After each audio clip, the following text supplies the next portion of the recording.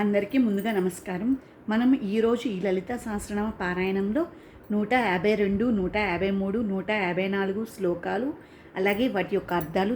ఇప్పుడు 152వ శ్లోకం నేర్చుకుందాం. కళానిధి కావ్య కళా రసజ్ఞ రససేవది పుష్టా పురాతన పూజ్య పుష్కర పుష్కరేక్షణ.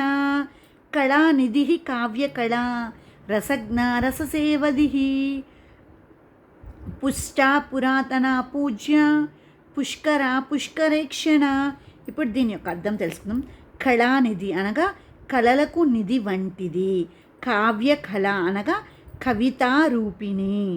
రసజ్ఞ అనగా సృష్టి అందలి సారము తెలిసినది.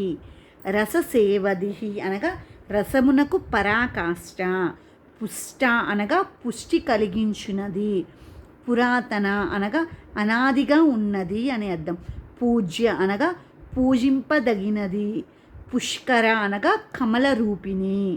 పుష్కరేక్షణ అనగా కమలము వంటి విశాలమైన కన్నులు కలిగినది అని అర్థం. ఇప్పుడు 153వ శ్లోకం నేర్చుకుందాం. పరంజ్యోతి పరంధామ పరమాణు పరాత్పరా పాసహస్త పాసహంత్రి పరమంత్ర విభేదిని. పరంజ్యోతి పరంధామ పరమాణు పరాత్పరా పాసహస్త పాసహంత్రి పరమంత్ర విభేదిని. ఇప్పుడు దీని యొక్క అర్థం తెలుసుకున్నాం. పరంజ్యోతి అనగా దివ్యమైన వెలుగు. పరంధామ అనగా శాశ్వతమైన స్థానము కలిగినది అని అర్థం. పరమాణు అత్యంత సూక్ష్మమైనది. పరాత్పర అనగా సమస్త లోకములకు పైన ఉండునది. పాసహస్త అనగా పాసమును హస్తమును ధరించినది అని అర్థం. పాసహంత్రి అనగా జీవులను సంసార బంధం నుండి విడిపించునది. పరమంత్ర విభేదిని అనగా శత్రువుల మంత్ర ప్రయోగంలో పటాపంచలు చేయునది. ఇప్పుడు 154వ శ్లోకం, అలాగే దాని యొక్క అర్థం తెలుసుకుందాం. మూర్త మూర్త నిత్యతృప్త ముని మానసహంసిక సత్యవ్రత సత్యరూప సర్వాంతర్యామిని సతీ.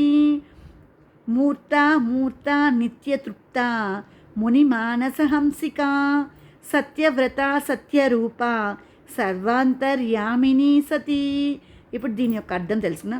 మూర్త మూర్త అనగా రూపం కలది రూపం లేనిది రెండూ తానే అయినది. నిత్యతృప్త అనగా ఎల్లప్పుడూ తృప్తితో ఉండునది. ముని మానస హంసిక అనగా మునుల మనస్సులచే సరస్సులందు విహరించే హంసరూపిణి. సత్యవ్రత అనగా సత్యమే వ్రతముగా కలిగినది. సత్యరూప అనగా సత్యమే రూపముగా కలిగినది. సర్వాంతర్యామిని అనగా సృష్టి అంతటా వ్యాపించినది. సతి అనగా దక్ష ప్రజాపతి యొక్క కూతురు, శివుడి అర్ధ సతీదేవి. ఈరోజు మనం లలిత సహస్రనామం తర్వాత 3 శ్లోకాలు నేర్చుకున్నాం. తర్వాత 3 శ్లోకాలతో మళ్ళీ ఒక వీడియోలో కలుద్దాం.